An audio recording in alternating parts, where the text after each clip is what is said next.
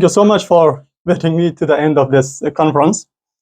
So let me start by this question that one of the very fundamental questions, especially when it comes to labor economics research, is why the gap exists in the labor market. So it's a gender gap, not a migrant gap, or the gap between different ethnic groups.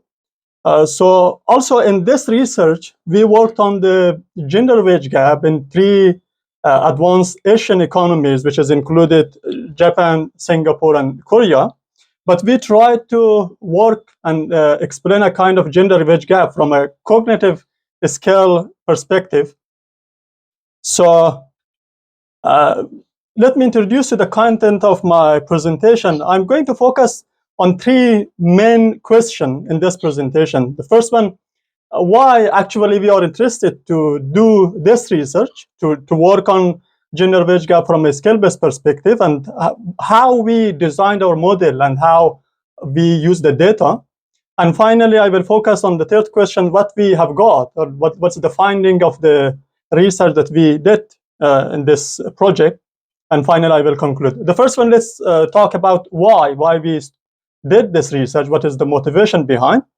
So actually, the motivation for this research comes from the fact that based on OECD that reported in 2013 and 2016, and the research that has been conducted by Henu Sheikh et al. And also Amp et al. So the three advanced Asian economies, including Japan, Korea, and Singapore, they are a kind of an extreme point. For example, Japan shows the highest cognitive scale score. The wage return is around the average, but the gender wage gap is among the highest. When it comes to Korea, Korea shows a scale score around the average, but the wage return is above the average, and the gender wage gap is the second highest in among all OECD countries. But when it comes to Singapore, it's very interesting that the Singapore scale score is below the average level of all OECD countries, but at the same time, the wage return of the Singapore is the highest among all the OECD countries.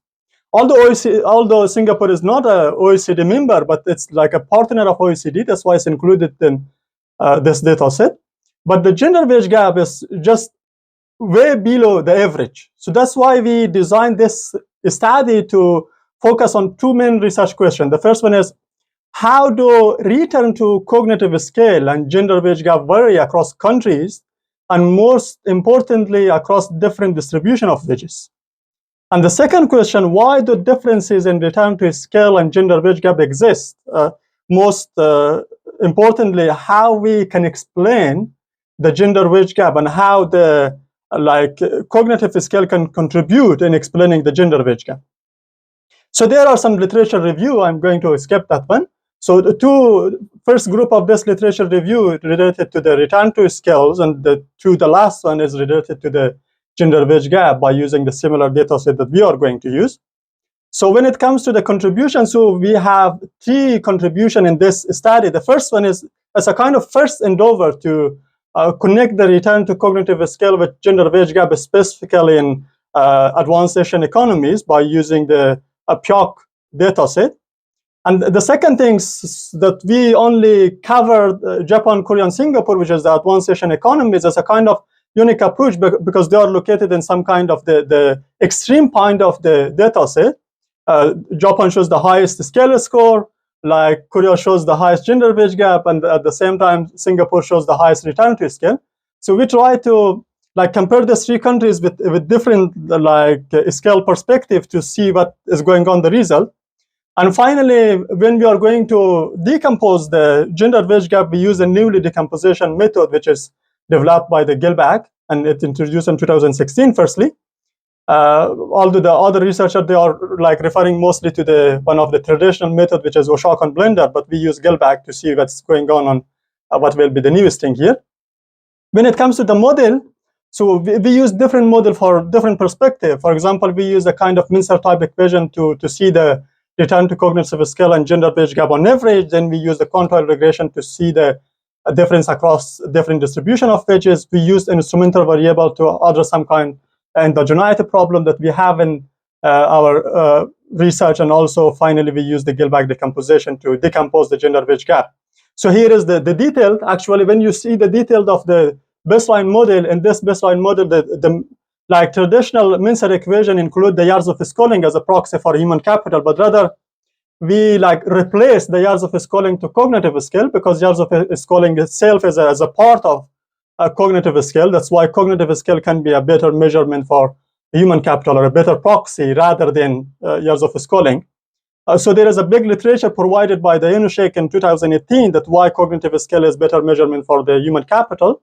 So that's why we like replaced years of schooling to cognitive skill, because we already know by using many research the return to years of schooling. But in this research, we focus on the return to cognitive skill, and also because of like a high multicollinearity, if we include both years of schooling and cognitive skill in the model, so a big portion of the return to cognitive skill will move to the years of schooling.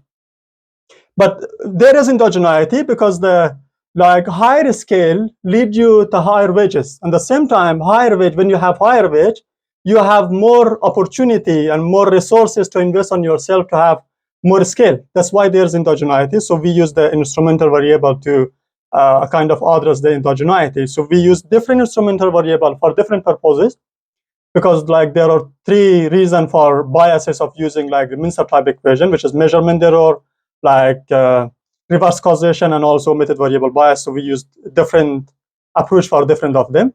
So when it comes to Gilbert decomposition is very easy. It's just based on the omitted variable bias formula. So at first we regressed the wage only on female to see like the wage gap, the raw wage gap of the female or the gender. Then we include all the covariate that we have in our model to the full model to see what will be the difference between the gender wage gap in the best model, which is only the female is included, and to see when all the covariate included in the model, how change will be there in the gender wage gap. And then the part or the difference between the two wage gap, between base and fall, is a kind of the explained part of the wage gap. So that we can explain that one by like cognitive scale, by experience, by employment, by parental education, health, and any other covariate that we have in our model. For example, if we want to know that the share of cognitive scale on gender wage gap, so when we want to know that, we just need to multiply the beta twofold that we receive from the cognitive scale, then multiplied by this portion that we receive from the like female regression, that we regress our covariate to female to see the female cognitive scale. Then we multiplied both of them to share to find out the like contribution of the scale on gender wage gap. So we used PIOC dataset. If you know, PIOC stands for Program for International Assessments of Adult Competencies. So it's a kind of survey by OECD, and include two main parts. The first one is provide a very rich background questionnaire, and then it provide you assessments of cognitive skill, but based on test level, based on test score, rather than subjective as objective level. So it's covered for 34 countries, but we only focused on 3 advanced Asian countries because of 2 main reasons. The first one, cultural similarities, and 3 extreme point that they are located, although they have cultural similarities. So when it comes to finding, if you see my descriptive statistic, in the descriptive statistic by using Cohen test, which shows how large is the gap, because if you use just the p-value, p-value just shows that gap exists, it's significant, but the Cohen test shows how large is the gap between 2 groups. If the Cohen test is more than 0.2, so it means it's we have to think about that. We have to deal about. When it's less than 0.2, it means it's negligible. We can just ignore that. When you see this paper, this slide, I have just a mid-read color some of them. For example, in case of wage gap, as you see, the Cohen test for Japan is more than 0.8, so it's large enough. For the case of Korea, it's 0.46, but for the case of Singapore, it's just around the negligible point. And also the experience shows a very large gap in Korea, and also the employment, the gap between employment of female and male. And also experience shows the second large gap in Japan. So this is a kind of brief summary statistic. So when it comes to baseline result, as you see this baseline result, so among these 3 countries, a country which shows a higher return to scale basically shows the lower gender wage gap. Countries with lower return to scale shows the higher gender wage gap by using just simple OLS. But when it comes to using quantile regression, again in the quantile regression, countries which shows the higher return to scale, it shows the the lower gender wage gap, and the country with lower gender wage gap, it shows like a kind of higher return to scale. But the thing is, there's two main findings here. The first one, high return to scale are linked with lower earning disadvantage of women across countries, but higher return to scale are linked with higher earning disadvantage across quantile. In order to know more specifically, let me show you in this picture. If you see for the case of all three countries, when we just think about numeracy scale as a one element of the cognitive scale, if you see this figure, when the return to scale is increasing, the gender wage gap is also increasing. But when the return to scale is decreasing, the gender wage gap is also decreasing. So a kind of they are moving to the same direction. So if we don't think about the negative sign, because the return to scale is getting higher, the gender wage gap is getting higher. So, and also another interesting point is the return to scale shows a kind of diminishing return. So it increases up to some point, then again it decreases. So specifically when it comes to the top end point, so the return to scale decrease in this case, because in the top end of the quantile, we have more like higher ranking management level, which they least need the general scale that's served by PIOC. So that's why it's lower return. So in the bottom end, it's also lower return. But in the middle point, because like we have middle management, and that middle management level people, they need more this kind of a skill that's served by PIOC data set. That's why they shows higher return. So it means when we survey for the cognitive scale, it shows a kind of diminishing return by seeing this graph.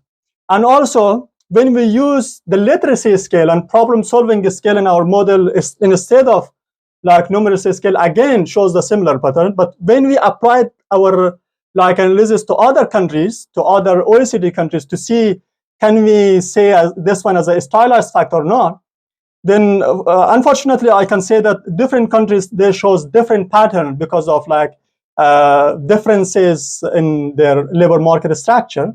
So some of them, they shows exactly a similar trend that we have for these three Asian economies, but some of them shows no connection, and some of them is we didn't consider, for example, Russia and also Australia and Indonesia, because Australia is not publicly available, and for the case of Russia and Indonesia, they only cover the capital city, so it's not, we think that this cannot be generalized for the whole level of country. When it comes to the age group, again, in the age group, the prime age group level shows exactly the same pattern that we found out the full sample. So we can see that the prime age group people, they can be a good proxy or measurement for the lifetime return, rather than using early age group return as a proxy, because mostly other data set in the American labor market, they use early age to proxy the return for the lifetime, so that cannot be a good thing. So when it comes to gender difference, so for the prime age group, we have gender difference in Japan and Korea, but we don't have gender difference for the prime age group in Singapore. Rather, we have gender difference for the early age group in Singapore. So the reason is because of the especially in the early age, female shows positive gender difference because they have more opportunity to be higher than the banking sector or financial sector rather than their male counterpart. So also when we use the endogeneity measurement, again, we have the similar reason. Although the coefficient level is varying, but still Singapore shows the higher return than Korea, then Japan, and the gender wage gap is the vice versa. When it comes to Gilbert decomposition, which is can be my last slide, and the Gilbert decomposition, as you see, almost 18.73% of the gender wage gap, the explained part of gender wage gap in Singapore, can be explained by the differences in cognitive skill. But when it comes to Korea, experience or the difference or the difference between female and male experience shows the highest or the dominant factor in explaining the gender wage gap. And also experience shows another dominant factor in explaining the gender wage gap in case of Japan. So when it comes to the role of cognitive skill in case of like Korea, although it's significant, but the portion is too low, it's just 3.24%. So there are some other factors that can affect highly in Singapore, which is the years of schooling, explained 33.73%. But according to our main like model, if we drop the years of schooling from the model, just keep the cognitive skill, we can see almost the all portion of contribution of years of schooling on explaining the gender wage gap, a kind of move to the cognitive scale. So now the contribution of cognitive skill in explaining the gender wage gap in Singapore is just like jump up to 47.16, and for the Japan it went to 13.38. For Korea is also increased by double. So the reason is, again, we can say that there is a highly multicollinearity. It's better to keep the cognitive scale or a kind of mix both of them under one scale or human proxy, human capital. So when it comes to mechanism why there's gender wage gap and also return to scale varies across quintiles, so there are different results. But when it comes to what we have found, so the unemployment rate can be affected on the return to scale. A country with higher unemployment may shows lower return to scale. A country with lower unemployment may shows higher return to scale. So also we generalize this is analysis for the other countries. We had the similar pattern, but I couldn't include here because I didn't make the figure yet. So when it comes to another factor is the M shape, curve of labor force participation of female in case of Japan and Korea. When you see the dark blue color, which is set for Japan, and this orange color for the South Korea, is a kind of M-shaped labor force participation of female, specifically between 30 to 39. Female drop from the labor market in Japan and Korea. So that's why when they return back after 39, so still they have lower wage because they spend their most valuable time for caring their children.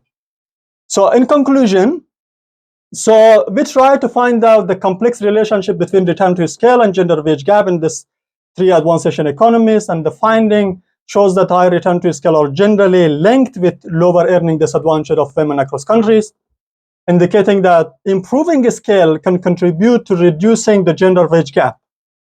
And the third conclusion that we can draw, Singapore stands out with high return to scale potentially due to effective utilization of worker skills, both men and women, and its unique economic feature, because when it comes to economic feature, the Singapore shows the second economic freedom index. So that's why you have more freedom in the labor market of Singapore. And the next thing is, in contrast, Japan and Korea exhibit skill underutilization, leading to lower return and wider gender wage gap. And also for the last thing, for the policy implication, we can use the result of this one for the policy implication in order to make some policy to improve skill utilization and the kind of challenge gender norm and reduce the gender wage gap that we have in 3 advanced Asian economies, although their economic level is going well, but still there is a high gender wage gap, specifically in Korea and Japan. So it's the end of my presentation. Thank you so much.